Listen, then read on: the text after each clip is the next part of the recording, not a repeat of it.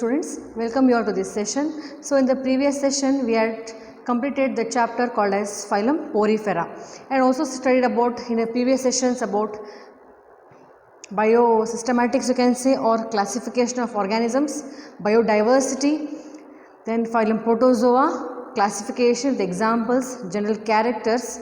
The next we had started about phylum Porifera, general characters, classification with examples, canal system in sponges and economic importance of sponges we had seen. Now in this today's session we are going to start a new chapter, that is phylum Cnidaria or Coelenterata.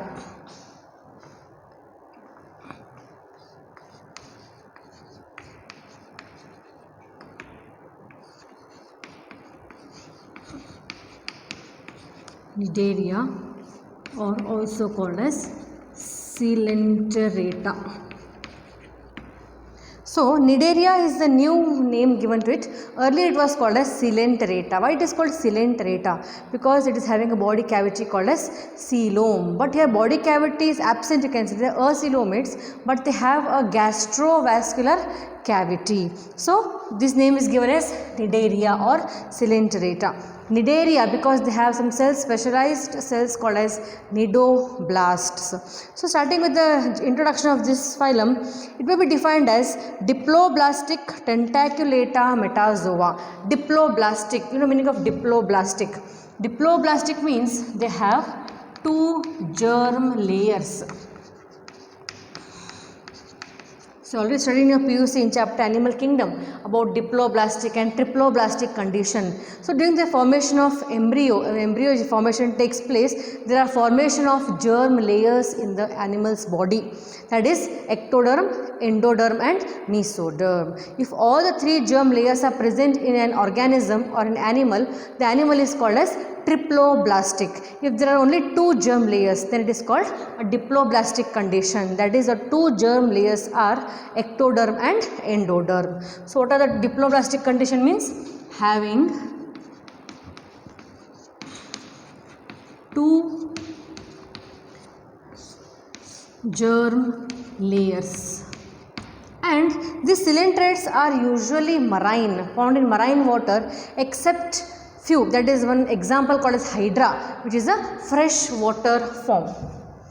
These are exclusively marine animals, marine, except hydra, which is a fresh water form, which is found in fresh water. Okay, and I told you the diploblastic tentaculate metazoa. Tentaculate means what? Means they have tentacles. Tentaculate metazoa. Zoa means animals. Metazoa is coming under animal kingdom, animal classification. We call it as metazoa. For plants we call it as metaphyta. Phyta means plant, zoa means animal. So it is a tentaculate metazoa. Tentaculate animal means the animal is having tentacles on its body. For example, hydra. We will see next. Hydra, that is tentacles for its locomotion, food capturing, etc. Next, they have a single body cavity. A single body cavity, and that cavity is called coelentron. Coelentron or gastrovascular cavity. As I already told you, it is also called as coelentron or gastrovascular cavity. Now if we see the animal, for example this is the hydra attached to substratum, then this cavity is called gastrovascular cavity. Gastrovascular cavity or coelentron, and from there arises tentacles. And on tentacles there are stinging cells or nematocysts for capture of prey or defense mechanism, stinging cells or nematocysts or nidoblast. Because of this reason the phylum is also called as Cnidaria or phylum Coelenterata. Why it is called Cnidaria? Because of the presence of specialized cells called as nidoblast or stinging cells or nematocyst to protect itself from enemies or capture of prey or defense, you can say. Next, coming to Cnidarians include, what type of animals include here? Jellyfish, sea anemones. One example, as I already told you, Hydra. Hydra like polyps. Hydra like polyps. You know, in Coelenterata, the animals exhibit two body forms, that is polyp and medusa. I will come to it a bit later. And it is a very successful phylum. Why it is called a successful phylum? Because it is having more number of species, 10,000 living species. See, how many? 10,000 living species are there in this phylum and almost as many as fossils. So it is the most successful phylum. Which one? Phylum Coelenterata or Cnidaria, because it is having more than 10,000 living species and some are even fossils also. So there are some introductory characters like Cnidaria. Why the name Cnidaria is given to that phylum? Where they are found? These are mainly found in marine water, especially Hydra, which is a freshwater form, and body exists in two forms, polyp and medusa, and they have a gastrovascular cavity or coelentron. Next, coming to the respiration. Respiration and excretion is by body surface. Respiration and excretion is by body surface. I will write here. Respiration and excretion by body surface.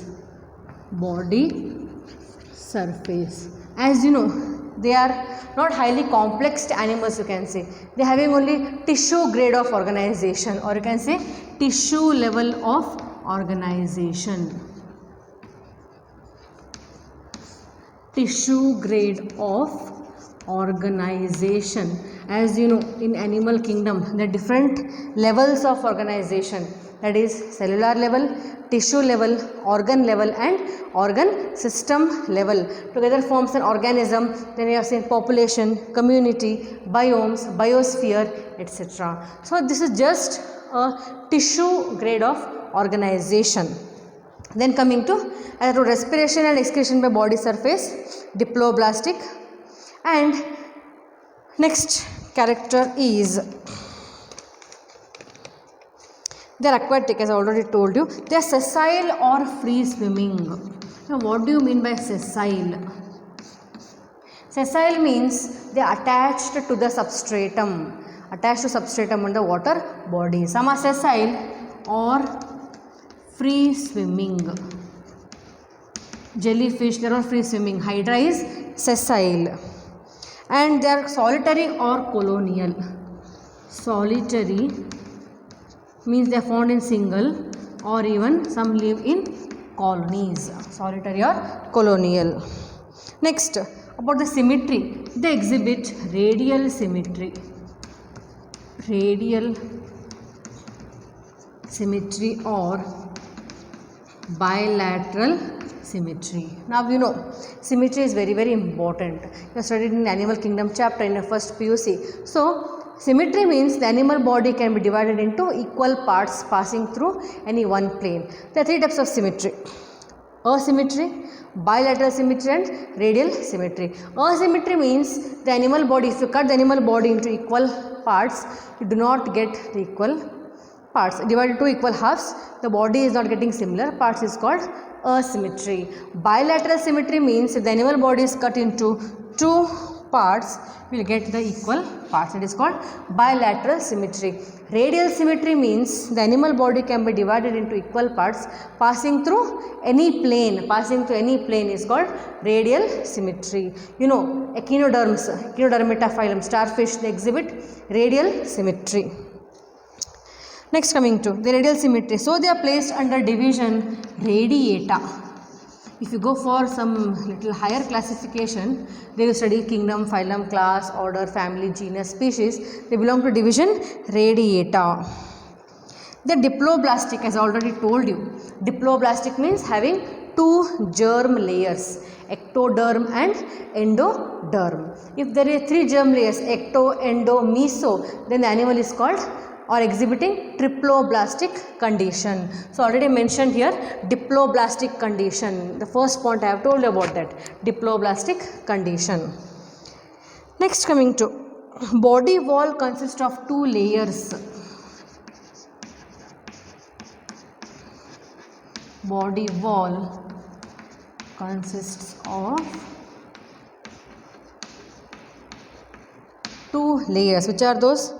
One extracellular layer, one is extracellular layer, and number two is inner gastrodermis. Inner gastrodermis. Now if you draw the diagram of the layers of the wall, there is outer epidermis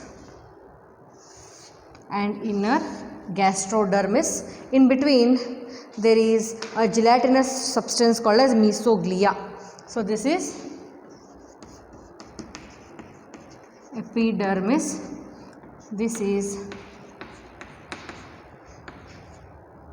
gastrodermis, and internally there is a gelatinous substance or tissue. This is called as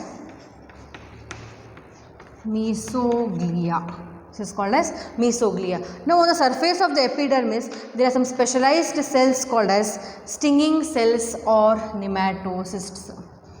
There are stinging cells or nematocysts on the surface of epidermis. There are stinging cells, or they are also called as nidoblasts.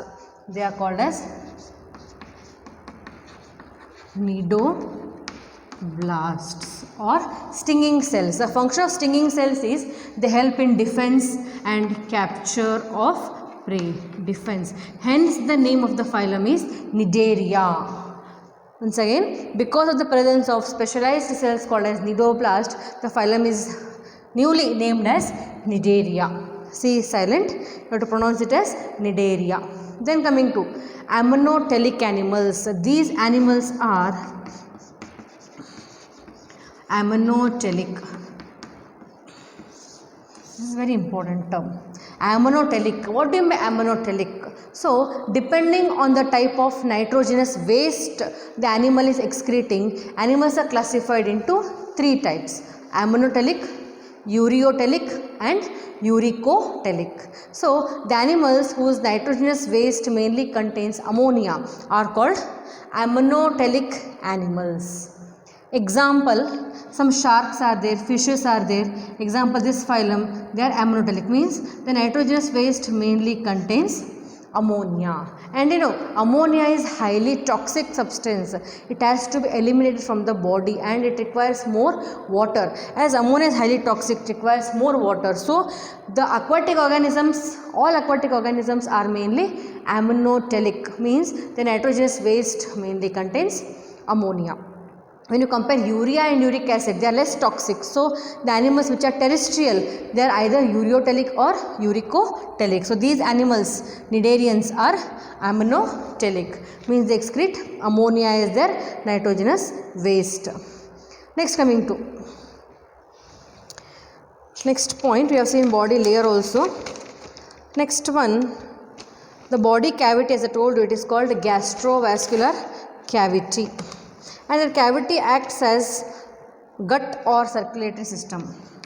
The gastrovascular cavity acts as gut and also help in circulation or also act as circulatory system, because these animals have only tissue level of organization, as there are no specific or particular organs for performing different functions. So this cavity itself is helping as a gut or for digestive system as well as the circulatory system, and excretion and respiration is by general body surface.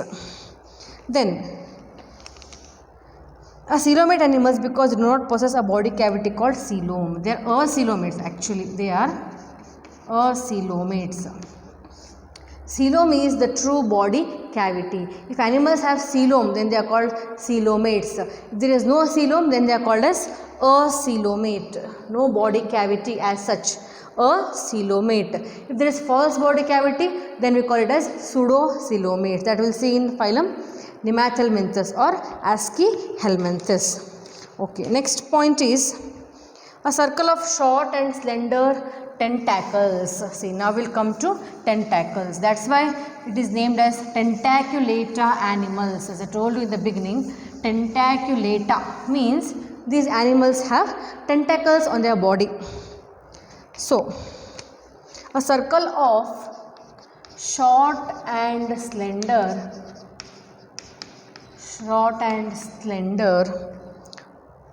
tentacles surround the mouth. Tentacles surround the mouth. And here the mouth is called as hypostome. Hypo means below, stoma means mouth, and it helps in the capture and ingestion of food. It helps in capture and ingestion of the food material. Next point is, most cnidarians exhibit the phenomenon of polymorphism. See students, this is the most important characteristic of these animals. Most animals of this phylum exhibit the phenomenon of polymorphism.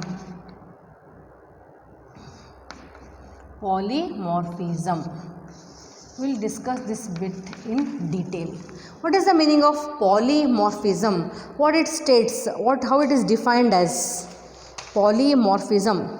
It is the occurrence of structurally and functionally, I'll write here, it is the occurrence of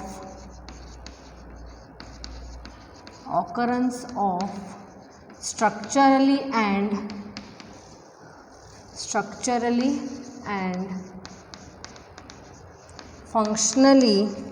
more than two different types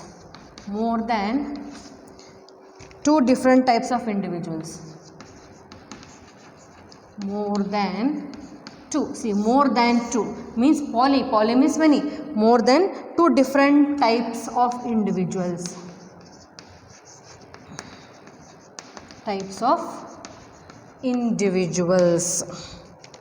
Within some organism, that is zooids, within some organism means in an organism they are found in two or more different forms. Those are called as zooids. So polymorphism is one of the most important character of this phylum Cnidaria. It is the occurrence of structurally and functionally more than two different types of individuals. They are called as zooids within some organism. Is called as polymorphism. So name itself indicates poly means many. So as I told you, these animals exist or exhibit two body forms.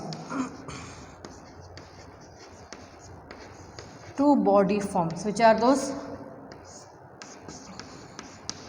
Polyp and medusa. You know this. This you already studied in Animal Kingdom chapter in first PUC. They are exhibiting two body forms, polyp and medusa. First one, polyp. It is tubular mouth with tentacles.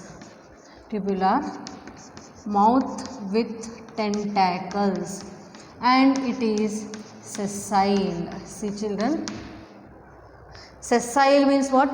The animals which cannot move from one place to another place are called sessile, means they are attached to some substratum. For example, this is the body of Hydra. Tentacles are there. They are attached to particular substratum. They cannot move. They are called as sessile, and they have tubular mouth with tentacles for locomotion, for capture of prey, digestion of food. Next, coming to Medusa. Medusa is umbrella shaped. Medusa is umbrella shaped, free swimming. It is free swimming, mouth at lower concave surface. Mouth at lower concave surface. Example, jellyfish, or you can say Aurelia. So this is about polymorphism. Poly means many. Means here it is structurally and functionally occurring in two different types of individuals called as zooids, that is within some organisms is called as polymorphism. And the cnidarians exhibit two body forms. Number one is polyp and number two is medusa. Polyp and number two is Medusa. Polyp is sessile, means it cannot move. Example, Hydra. Tentacles are there but cannot move. Medusa is umbrella shaped, free swimming. It moves from one place to another place. Example in jellyfishes. Now we will see pattern of polymorphism. What are different types of polymorphism? What are patterns of polymorphism?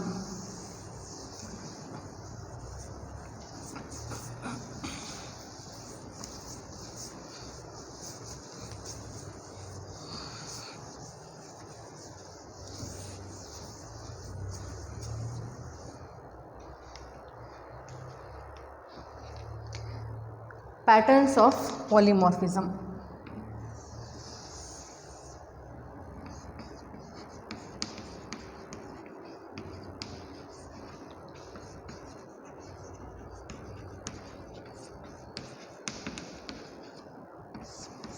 Patterns of polymorphism. So once again we have seen polymorphism. It is occurrence of structurally and functionally more than two different types of individuals within some organism is called polymorphism. First one, dimorphic. First we will see what is dimorphic.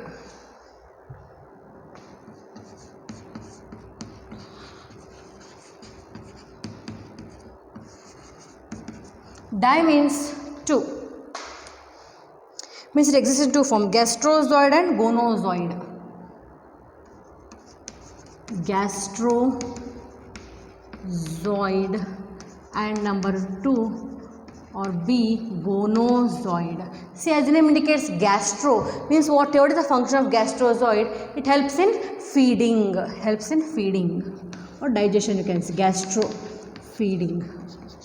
Gonozoid, gonad, what are these? They help in reproduction, or function is reproduction. So, dimorphic, the animals exhibit two forms, dimorphic, di means two. Two forms are there. One is gastrozoid, number two gonozoid. Gastrozoid means helping in functioning is feeding. Gonozoid means they do not help in feeding but they are helpful in reproduction. Number two, trimorphic. Second one, trimorphic.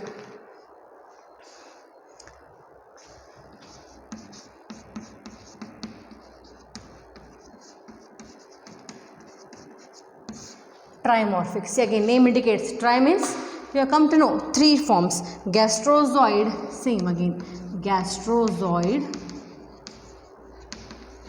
Second, gonozoid. And number three is dactylozoid. Gastro means, you know, just now we have seen feeding. Gonozoid, reproduction. This is feeding. Again, same I will write feeding. This is reproduction. And third, dactylozoid. Dactylozoid means they help in defense. The function of dactylozoid is initiating defense mechanism in the body of animals. Number 3, polymorphic. See, as the name indicates, you can come to know meaning of polymorphic. Third one,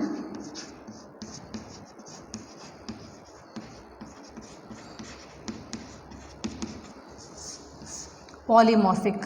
So what are the patterns of polymorphism? Number 1, dimorphic. Number 2, trimorphic. And number 3 is polymorphic. Now polymorphic means existing in more than 2 forms. That is, we will see now one by one. Same, gastrozoid, gonozoid,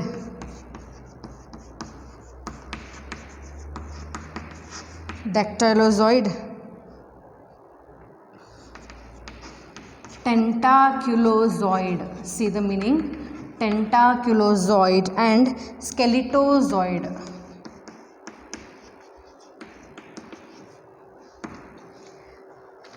Once again, gastro, feeding, gono, reproduction, dactylo, defense, tentaculozoid means they have tentacles for movement or locomotion, and skeletozoid, skeleto means what? They have spiny spicules, so spiny chitin, you can see skeleton is made up of spiny protein substance called as chitin, skeletozoid. So these are 3 patterns of polymorphism: dimorphic, trimorphic and polymorphic. That is gonozoid, gastrozoid, etc. Next, coming to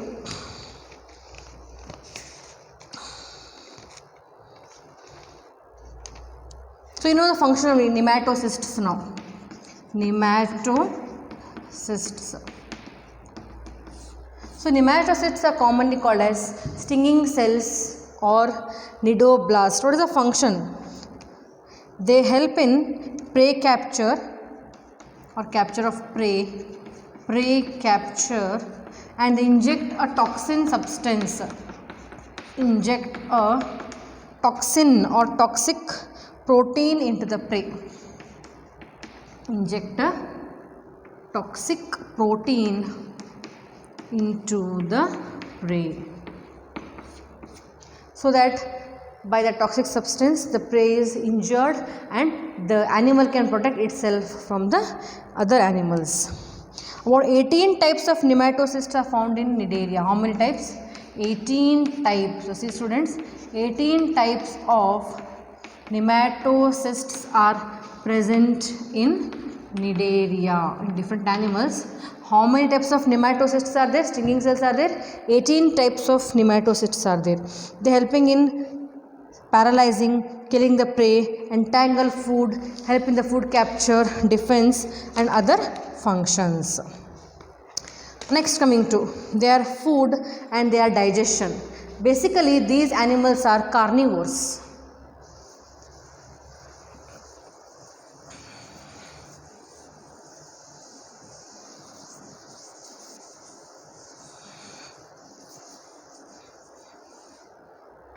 Cnidarians are carnivores. Digestion is extracellular and intracellular. These are carnivores. Digestion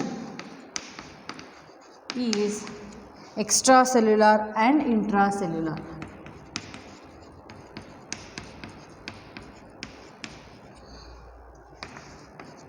Intracellular. What do you mean by extracellular and intracellular digestion? See, extracellular means outside the cell and intracellular means inside the cell but outside the body, inside the body but outside the cell. Extracellular. Inside the cell means intracellular digestion. Skeleton is either calcareous or horny. Skeleton is either calcareous or horny and external or internal. Locomotion is brought about by smooth muscle fibers.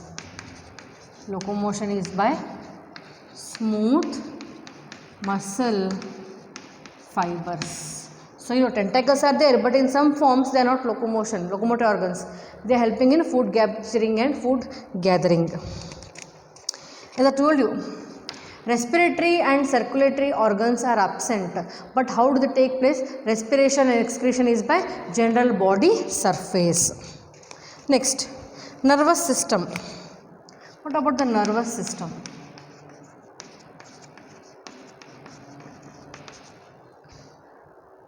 Nervous system is a collection of multipolar and bipolar nerve cells. Multipolar and bipolar nerve cells. Now, the different types of neurons are there. Unipolar, bipolar and multipolar. Unipolar, it has only one cytron. Bipolar, one axon and one cytron. Multipolar, one cytron but many axons are there. So it is called multipolar and bipolar nerve cells. Next, they have some sense organs for sensitive light and statocyst.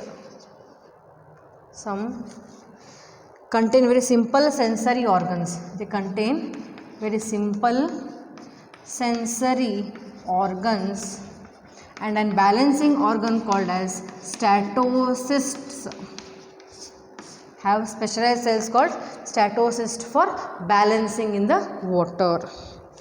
Next, coming to reproduction is both by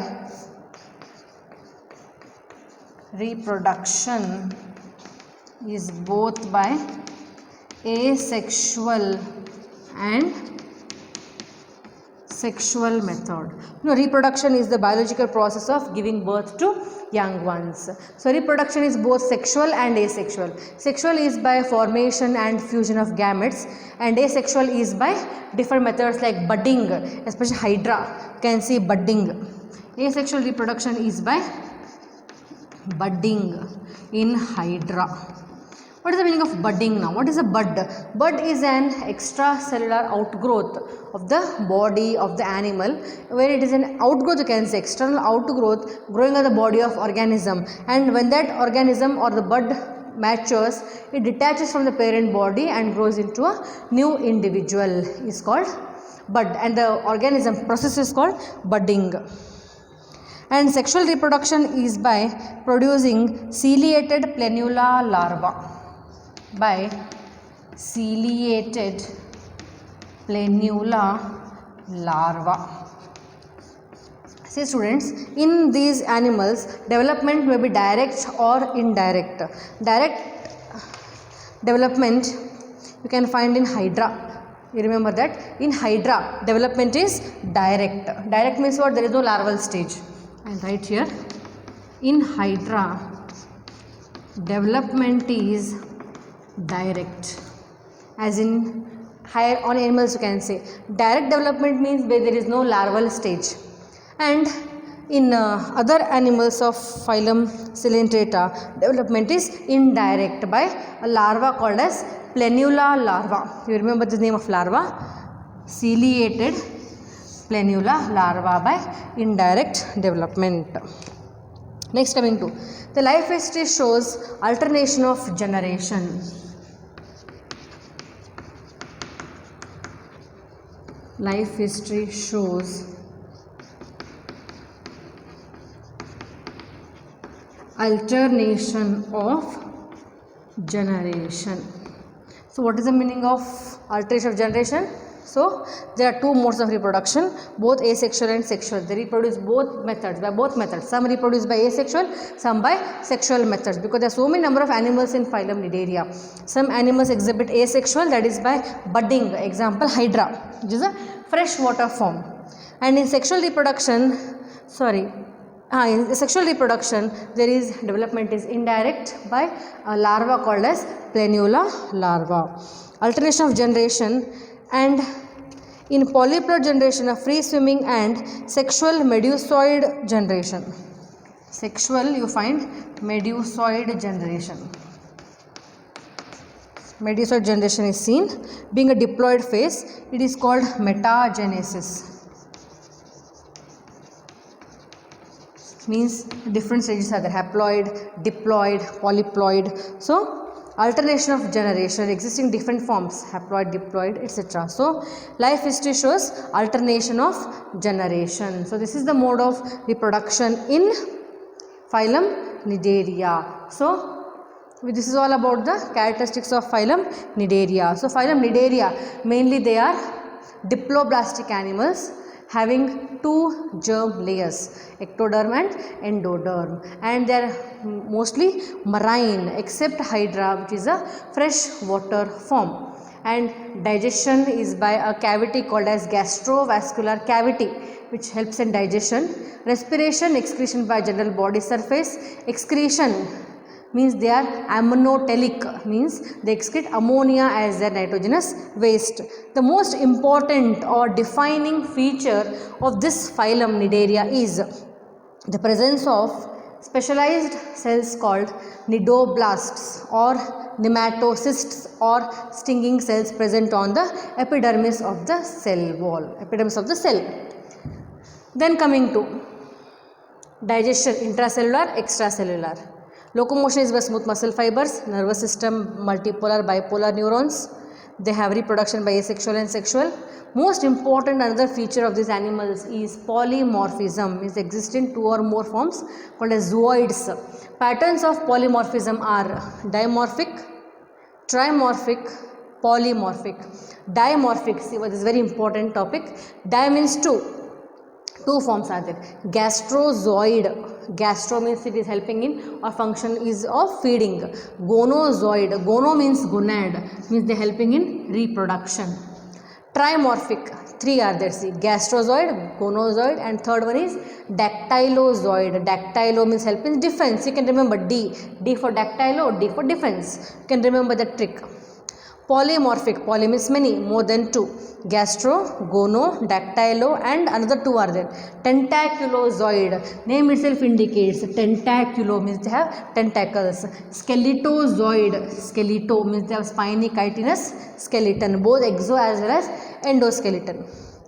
Another important feature I told you just now, nematocysts or stinging cells or cnidoblast. Because of that reason the phylum is named as Cnidaria. It is a new name, but earlier we call it as Coelenterata, coelentron, because of the cavity, but that is called now as gastrovascular cavity, which also helps in circulation also, circulation as well as digestion of food. Then coming to reproduction is both by asexual and sexual methods. Asexual by budding.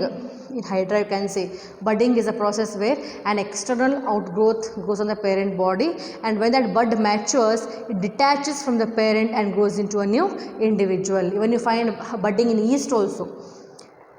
Next, in asexual reproduction, in sexual reproduction there is indirect development by larva called as planula larva. This is very important. Remember the name of larva. Planula larva. Then comes development, direct development in Hydra, and life history shows alternation of generation. Now we will see and some examples of this phylum. Hydra, Obelia, Physalia, sea anemones, jellyfish are all examples of phylum Cnidaria. Hydra we have seen, Obelia, Physalia, jellyfish, sea anemones, etc.